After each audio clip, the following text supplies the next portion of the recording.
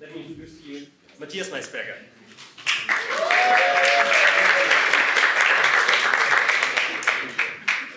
Awesome, thank you. I thought we'll just hang out a bit, and I'll give you some tips on how to design strong experiments. So, as you just said, my name is Matthias Maisberger. I'm actually from Germany. I'm working for a company called Strategyzer that you might not know, but I think you know the business model canvas. Like, who knows the business model canvas? Oh, okay, that's a lot. Who knows Strategyzer? What? Strategyzer? Oh, it's a few. Not too bad. Okay, let's start by talking about ideas. Ideas are actually worth nothing until you really start executing on them. So, to go from an idea to a profitable business, that's not a really linear process as you might think. So it's more like this. You go back and forth, you fail, you succeed, you get angry. But that's part of the game, right? So what do you want to do when you go from business to idea and you're in the search phase? You actually want to reduce your risk, that it just comes down from uncertainty. I don't know what to do. I don't know if my idea is actually good or not. And you want it to come down to best zero for sure. So you might have heard the term like fail fast and fail cheap. I don't know who that was. I think it was Steve Blank. I'm not sure. But he was? Oh, thank you. So what you don't want to do for sure is you want to, forgot that. You don't want to burn a lot of money up front when you're testing your idea. And once you start really executing on your idea, you want to spend more money on what you're doing. So let's have a look at the process. Like you see, it's separated into search and execution. So I will concentrate on search today. So we recently created a new book that's called Testing Business Ideas. And this is one of the main images there. And it's actually pretty good for outlining the process. Like, what do you start with? You start with ideation. You go into some business prototype, maybe some napkin sketches about your idea. And when you have a bit of a plan, you want to find out if it's actually true for yourself. So you try to assess if your idea is actually worth it going further. And that's the first moment when you can actually decide, should I execute that or not? Do I feel comfortable? So most of the time, you should not feel comfortable here because you didn't really test your idea. So you go into testing, starting with a hypothesis. A strong hypothesis is actually something that brings you into really strong experiments. And what you actually want to have is strong evidence in the end that your idea is right or wrong. So strong experiments will be the next part, which we will cover today. And ultimately, that leads to the most important thing, that's learning. So closing the loop, you have to decide again, do I go forward with that, or do I go back to the scratch pad and think about my business idea? And to actually test your idea. I have a question. Yes. So, did you create the business model canvas? No. Actually, my boss, let's say it's my boss. His name is Alexander Osterwalder. I mean, the company Strategyzer. Yeah. That's where. Yes, please.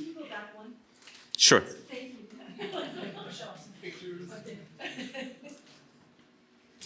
I need to build it up again. Sorry.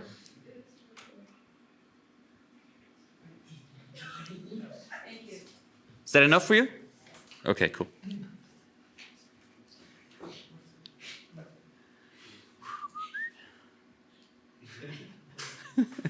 Look at that animation. It's great, right?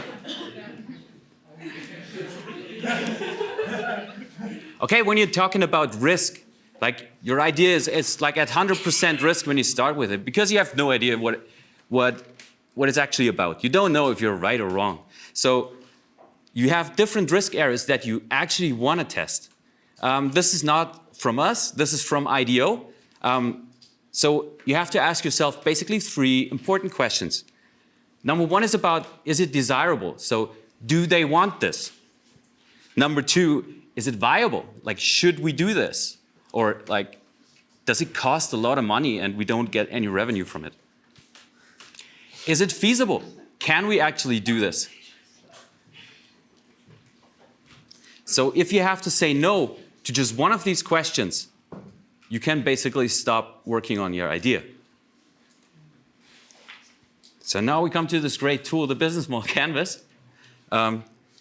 A colleague of mine told me, the business model canvas is the tool to help you remain competitive in the 21st century.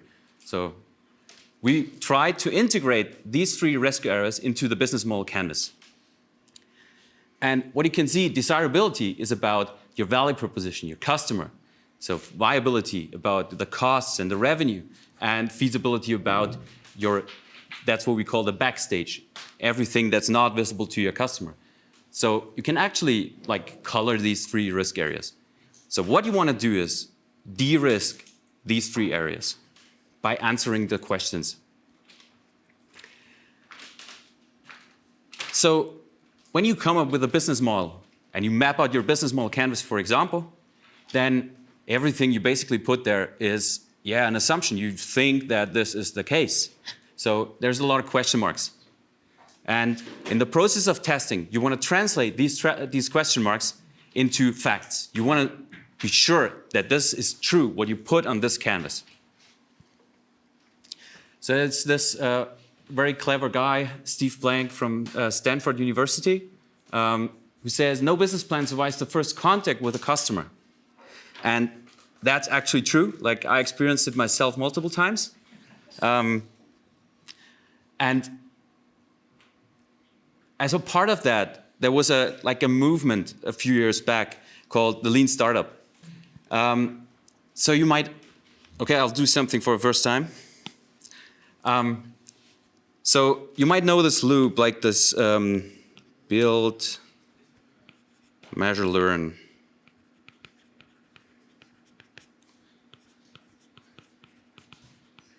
So who's familiar with that?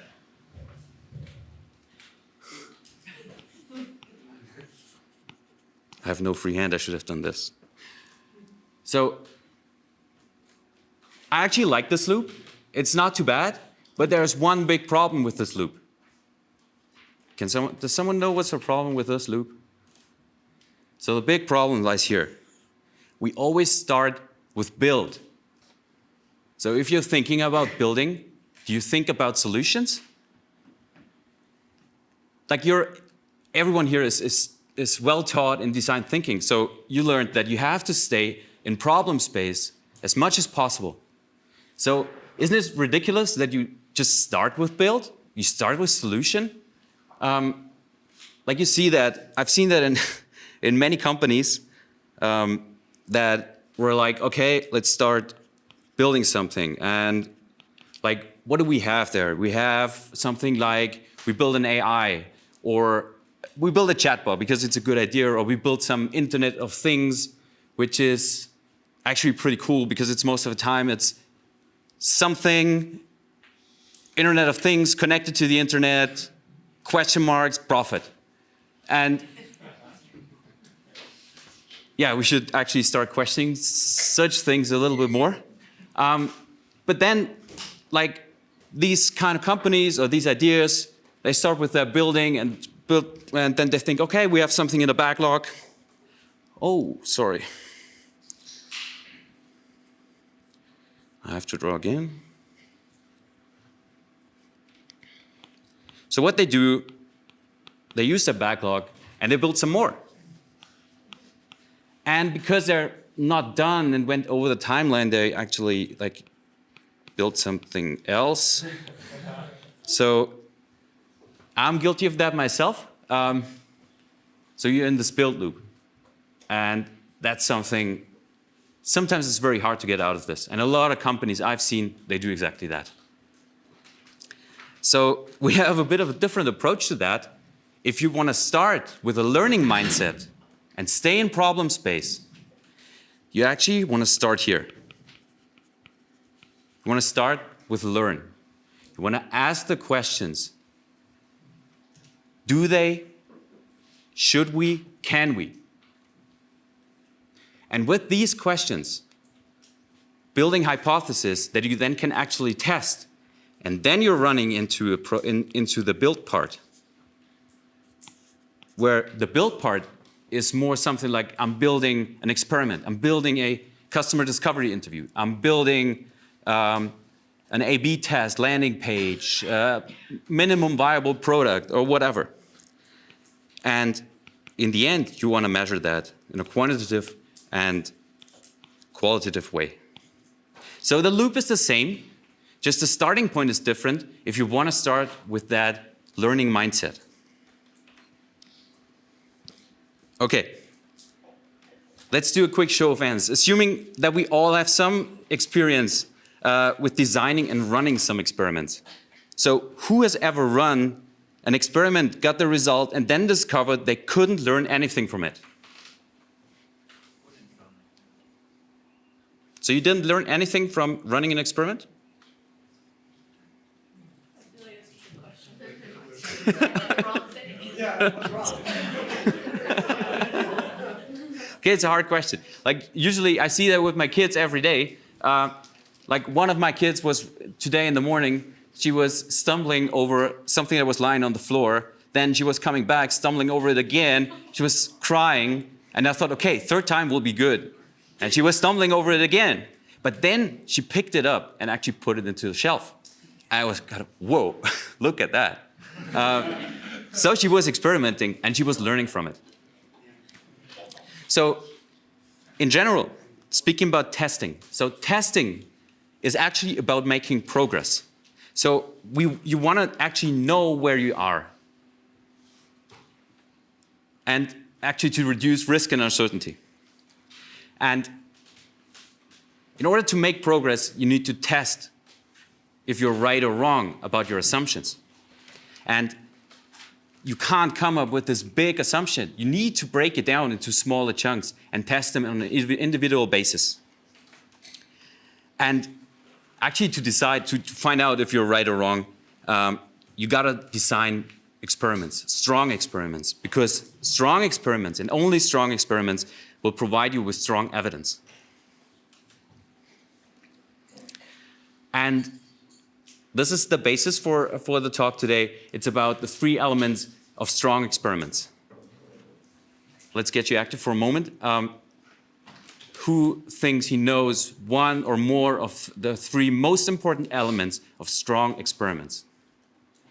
Yes, please. Replicable? Repeatable? Yeah, repeatable. That's interesting. Yeah? Anything else? Yeah. Have a large enough user base. Okay. Okay. So like participants, yeah. That you developed or created a good feedback loop. Okay. Yeah, isolate the variable you want to test or measure. Okay. So I resolved this. This is the 3 most important elements that we discovered here at Strategyzer, which is writing a strong hypothesis where a strong experiment will come naturally, and choosing the right participants and designing well-crafted artifacts. So we will dive into each one of those in detail. Let's start with the strong hypothesis.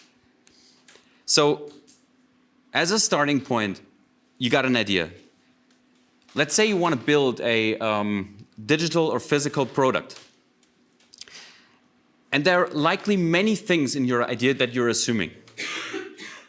Think like you come into it thinking, I know exactly what my customers want, or I know exactly that they will pay $500 a month for my service.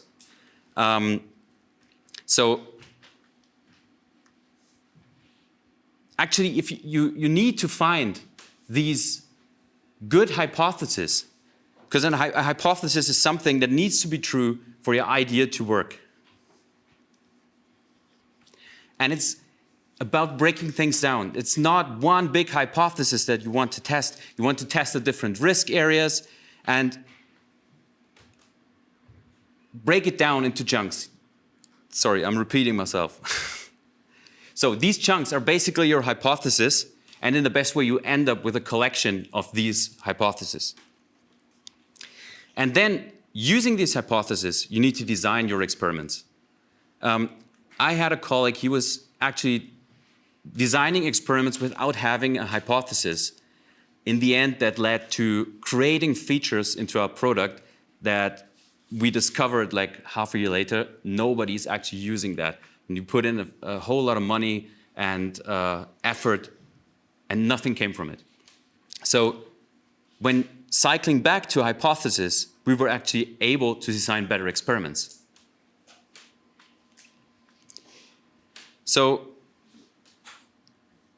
this is the way we formulate hypotheses. We started always with, we believe that. So can you do me a favor and everyone think of something you always wanted to do in your life, like climbing Mount Everest, stuff like that. Try to form it as a hypothesis and discuss that with your neighbor in pairs of two, just for a minute. So any experiment starts and ends with a strong hypothesis, and to have a high confidence in what you're learning is actually true. So don't start with bad hypotheses. The rest that will come, your experiments, your evidence, will be weak. Let's see that in a case study. So I'm reading that out now, sorry for that, but I can't say that like freely. Lifetree Bank is a brick and mortar retail bank that's been around for many decades. Their mandate from senior management is to redefine the banking experience for the Generation Z in order to attract and keep customers of this generation. Lifetree Bank wants to address these needs by offering a new lifestyle bank that marries digital and physical pop-up stores to a more holistic experience. So we will use that scenario here to demonstrate what is a strong hypothesis. So for sure, they actually want to start with a strong hypothesis. And there are three characteristics of strong hypothesis, where one is testable, precise, and discrete. We go into that in more detail. So your hypothesis is testable when it can be supported, and that means validated, or refuted, that means invalidated, based on evidence. So let's look at the Lifetree Bank example. First hypothesis, we believe that Generation Z prefers pop-up stores over branches. So can anyone tell me what might be wrong with this hypothesis? It's generalized across entire groups of people. Right. Spot anything else? Yes, please. It's generalized over different stores. I mean, for retail, pop-up retail stores, we not services. Right. Very good. So prefers is still quite vague. Okay. In terms of what? Nice, you got them all. So what is Generation Z? That gets pretty broad. Then preference, what does it mean? And pop-up stores, okay, branches, we don't know. So how can we do better there? What about this? We believe that young adults between 18 and 24 will spend more time in temporary pop-up stores that are placed in co-working spaces compared to traditional banking branches. We can clearly say whether the evidence we will collect from this can support or refute our hypothesis. So let's look at how we improve that. So Generation Z becomes young adults between 18 and 25. So it's actually testable. You know who you want to talk to. Then prefers, okay, prefers is a big thing, but spending more time compared to something else, you can actually test that if people want to spend more time here or there. Pop-up, okay. bigger concept. So temporary pop-up stores that are placed in co-working spaces. So something you can really test. So you can go to a co-working space and set up your temporary pop-up store. And the last one is branches. So traditional banking branches would be really something you can that is really testable. Let's go to precise. So your hypothesis is precise when you know that's what success looks like. Ideally, it describes the precise what, who, and when of your assumptions. So another hypothesis. We believe that young adults don't plan for their future. Anyone who spots something weird?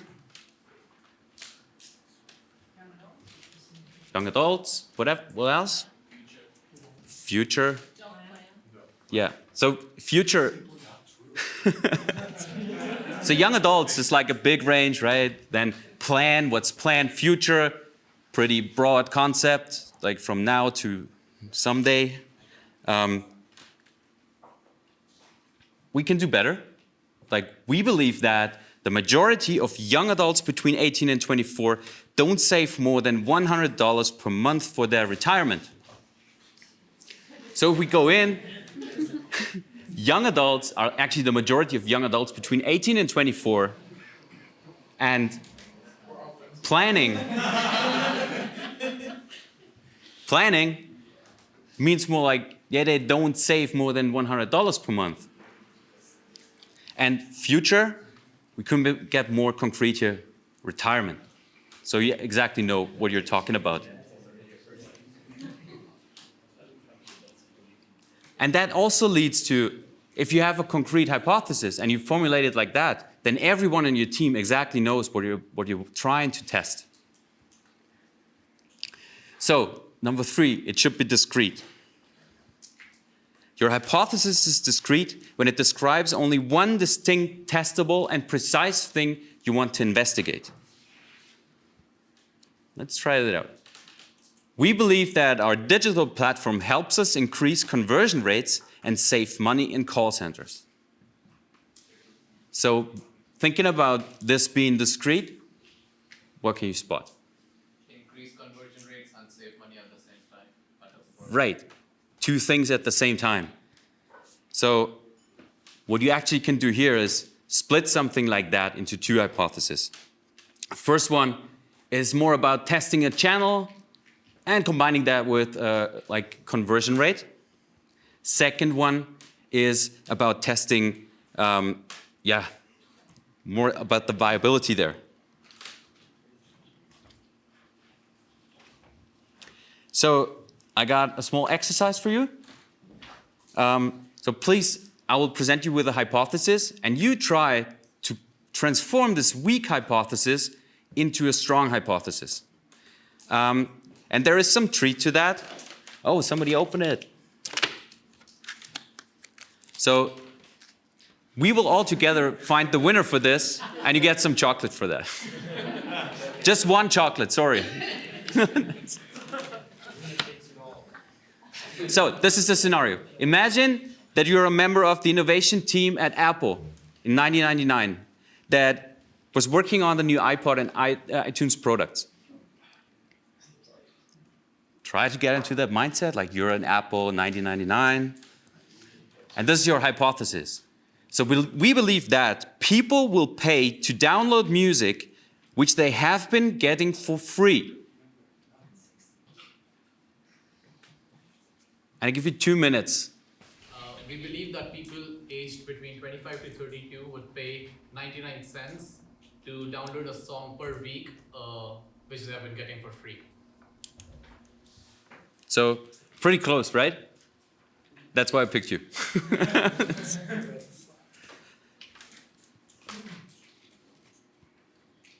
Cool. Part 2, participants. Choosing the right participants is also something that's really crucial. And we always see some common mistakes here, especially that participants are not representative. So that means participants you choose for experiments should represent the majority of who you want to target with your idea. Like, you have to think, who are you designing your idea for? And that should be exactly the audience you want to test your idea with. Like in our case, it's an age-specific audience. So the Generation Z, we're not interested in the parents or the siblings' behaviors of the Generation Z. And in a next step, if you have that, like age range, for example, you want to think about segmentation. So it's also like, do you want to target specific genders? Do you design products just for women? Or different professions, different income brackets, occupations, or levels of education probably? And when you kind of unbundled your customer, and you know who you want to run this experiment with, you can actually find them with asking screener questions. So if you have an interview, for example, you could ask, like, what's your age range? You might be able to see it. But if you want to know if it's a student, employed, self-employed, you just ask that question. You know if they're in the right segment. Second, the size. I've heard that at the beginning from someone. So the size of the sample you're using is too small.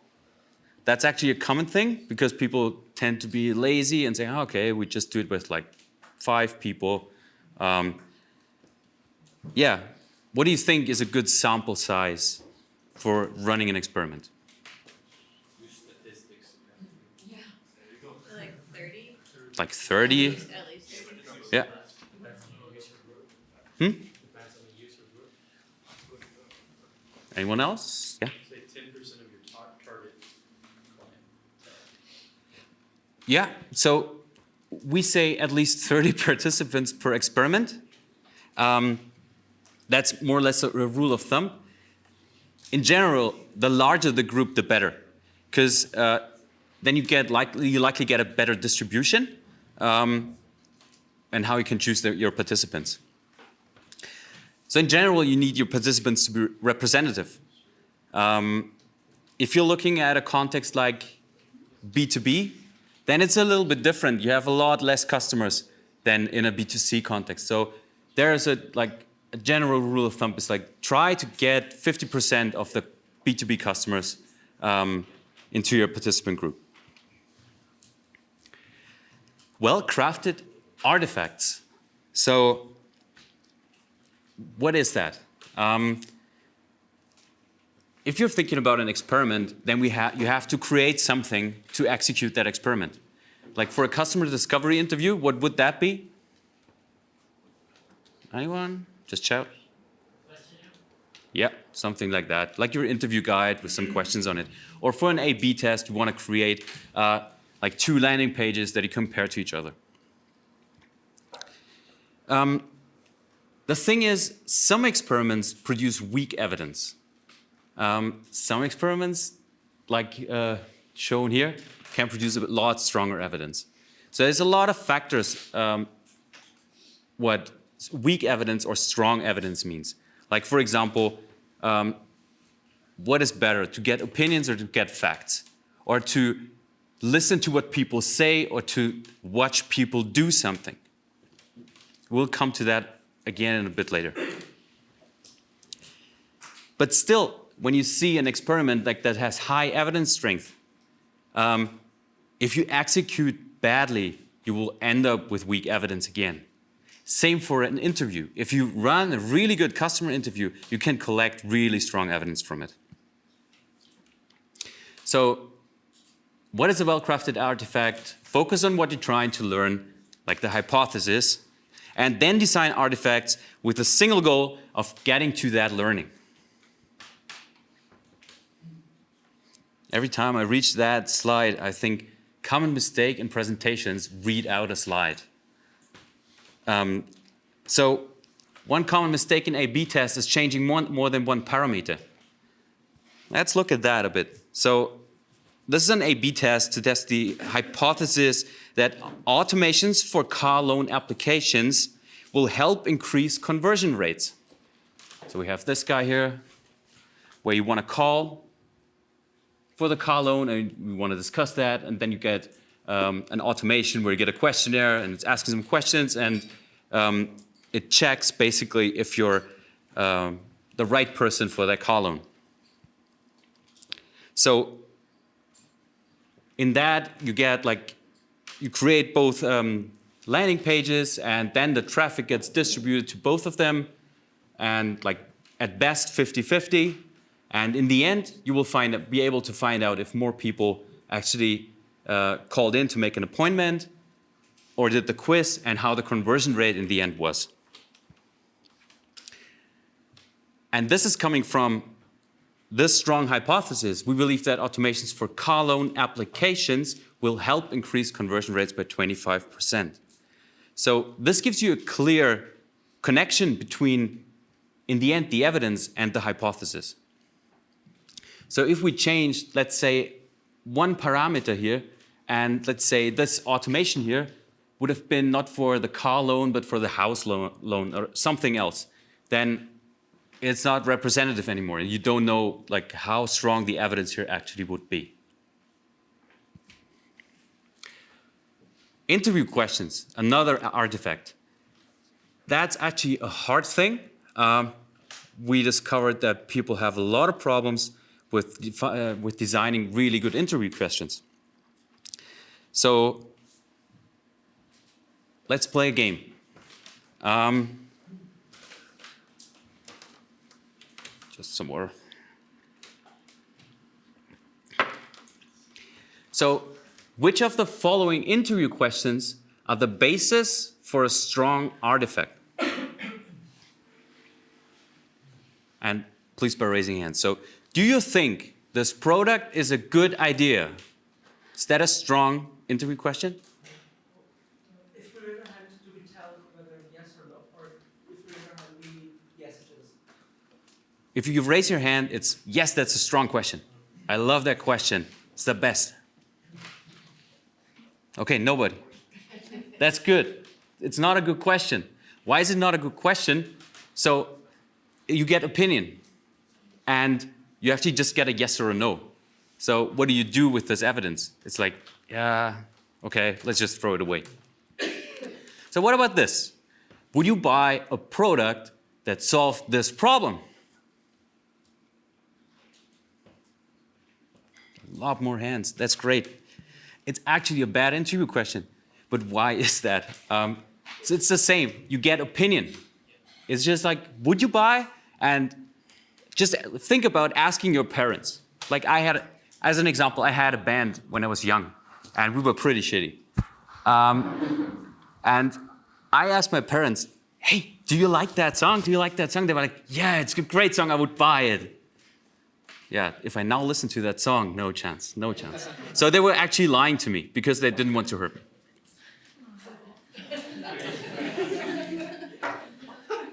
What about this? How does your company currently solve this problem? Yeah, you're cautious, I see. It's a great interview question. So what do you get from that?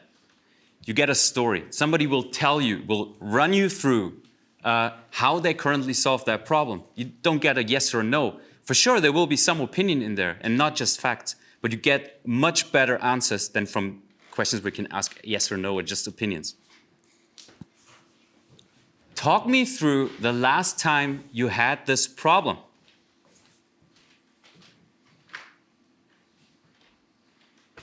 Okay.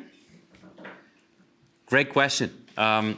Again, you will get a story. You can try to read between the lines and extract helpful things that you need to know from this question. That's a tricky one. How much would you pay for this?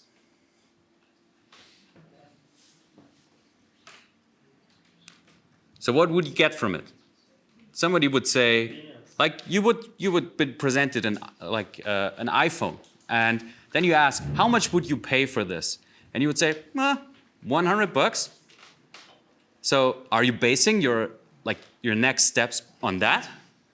So not really. It's a bad question for getting to. But isn't it actually a pricing strategy to just ask your customer? You don't have to build on this, but it's a nice like I think IKEA is a good example for that.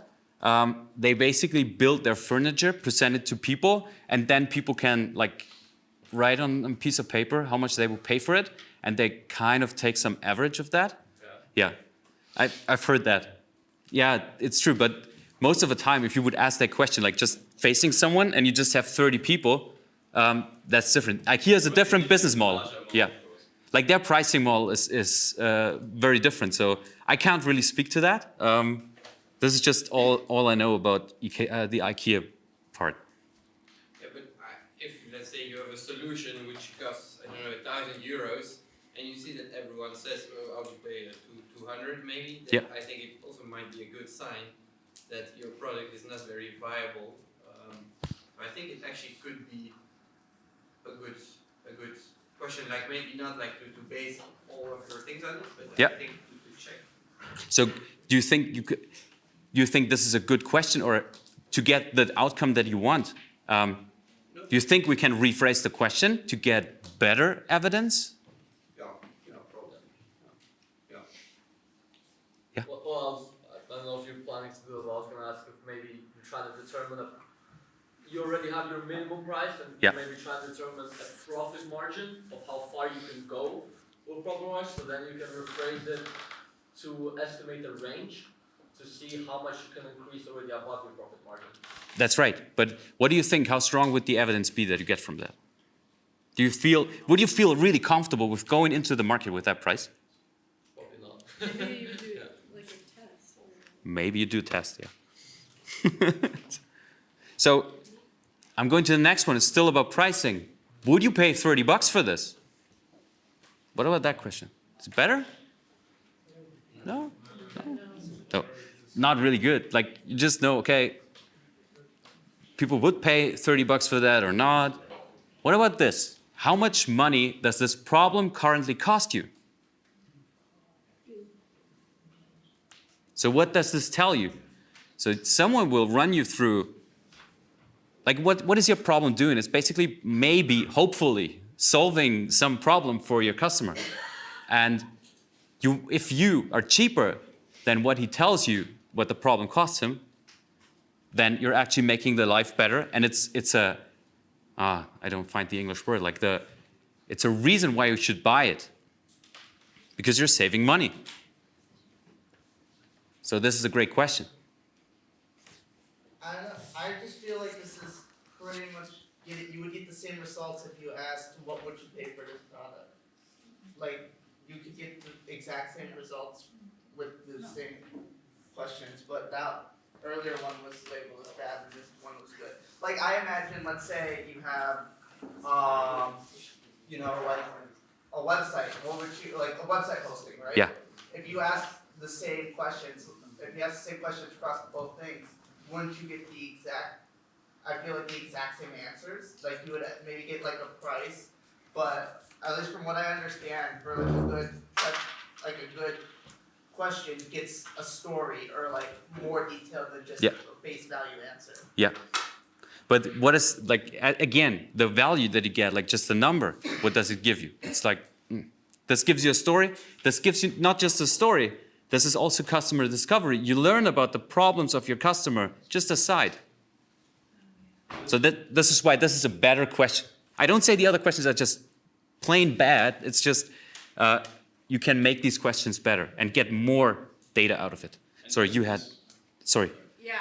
I think you kind of answered it, because I was thinking, like, if someone asked me this about a problem that I had, if you had a product that would just make my life like a little bit easier, Yeah. and it would save me in time, but not in like actual monetary value. I guess like time is money in some ways in some businesses, but Yeah. but then you're right, it would lead to a story about the problem itself, which is beneficial. That's what you want to know. You want to know who is your customer, and you want to know what problems does your customer have. Like there's this concept, of jobs, pains, and gains. Like you can find that out with these questions. You get like pains the customer is having. I was just gonna say, because Prem had said that he didn't really think about the difference, but also I know as a consumer, sometimes I don't realize how much a problem is costing me, or I don't realize the amount of material and work that goes into a product, and Yeah. so phrasing it as the problem, I think, puts in perspective what a product would cost. I will come after this to about evidence strength, and part of that will be the interview. So there is a reason why interviews don't produce like really strong evidence, like it's actually weak evidence that it produces, but it's a good thing to go from experiment to experiment and to better create an experiment that is following up on this. But I will show you. So bringing that together, it's basically don't ask for opinions, like would you or do you think? So opinions are not really strong evidence. Instead, you want to pose questions that will get your interviewers to talk more about facts, such as like, tell me about a time when you. So if you have any idea, please don't ask me after the talk, like, how do I like this idea or so. Because you just get opinion. I will probably say, sounds good. Doesn't give you good evidence. And it makes you, like the wrong questions make you focus on solutions too early. So you want to stay in the problem space. Because people might say yes to what you're saying. So try to identify or try to focus on the jobs, pains, and gains of your customers. And ask questions like, what are the things you struggle with? Or how do you measure success? There's actually a good book out there. It's called The Mom Test. That's what I told earlier. Like, if you ask your parents, like, how do you like my music?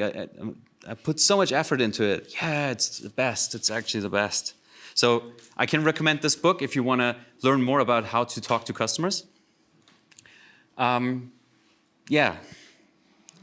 And this is what I promised. Like, talking about evidence strength. So we created a small library with categorizing these kind of experiments where you can actually see, okay, a customer interview, if I want to do that, that costs me like, yeah, 2 out of 5. Setup time would be, yeah, also pretty low, but low evidence strength, okay. And the runtime is also just fine. So it's a good experiment to run early in your validation process. And it's actually testing the desirability. So do they want this? And the viability, you can also do that a bit. Like, should we do this? Or are people actually not really, they don't want to pay enough money that we can just justify our costs. And the cool thing is, such an experiment, like an interview, is not just something that is living on its own. So there are different things you can experiment with first before going into customer interviews. Like, for example, you have a sales force in your company. So ask the sales force. They will give you insights. It will lead, and you can use the evidence you get from them to actually design better interviews. Same goes for like discussion forums on the internet or search trend analysis. After conducting these kind of interviews, you can actually go ahead and say, let's design now a survey that we hand out via email, or we play the stalker game and just watch our customers in public. Like, if you're a coffee shop owner and you want to create a really great experience in your coffee shop, you might just want to sit there and watch people entering and leaving and what they do in between. So you can run different experiments, and there's some way of bringing them together that you have to judge on a day-by-day basis. There is this book, which I have 2 books here that some of you can win. So it's a small challenge in the end. And there's 44 experiments in there with like a good guide on how to join them together. So as I just said, looking at that from the beginning, you can line up your experiments by like cost, like cheap ones at first, and you go more expensive to collect stronger evidence over time. So if you look at these parameters of strong evidence, you would see like doing is better than saying, the real world is better than the lab context, facts trump opinion, high investment usually leads to better evidence than low investment.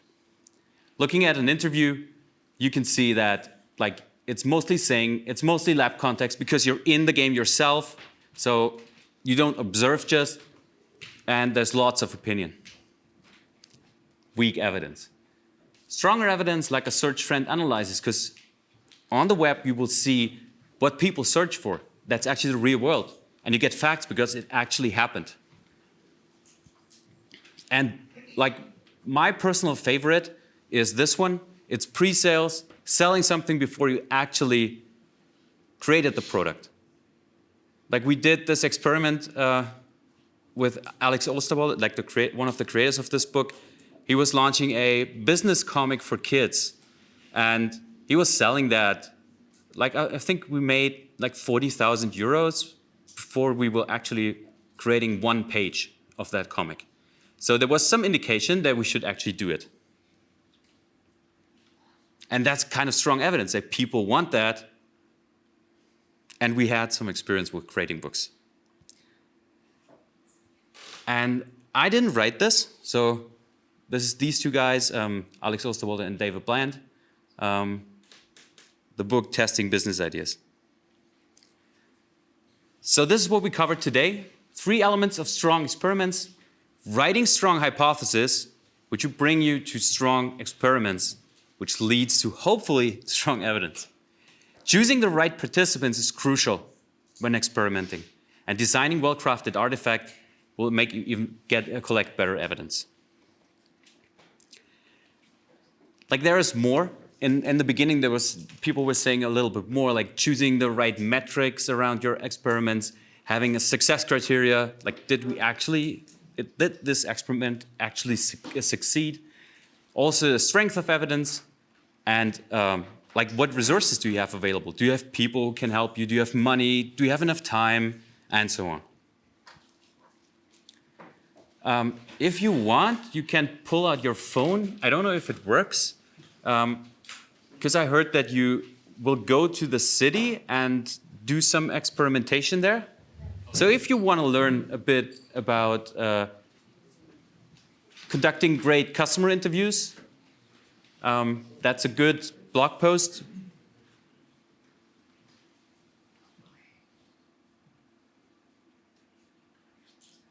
I can bring it up later again, or you can ask me afterwards. And a really good source for that is the website Strategyzer.com. You can sign up for free, and you have access to our resource library with a lot of tools, like starting with the business model canvas, or things like the test card and the learning card. And I want to close this with this, pretty popular quote. So there are no facts inside your building, so get outside. Try to leave the lab, look at the real world, and then you can see if you can grow your idea.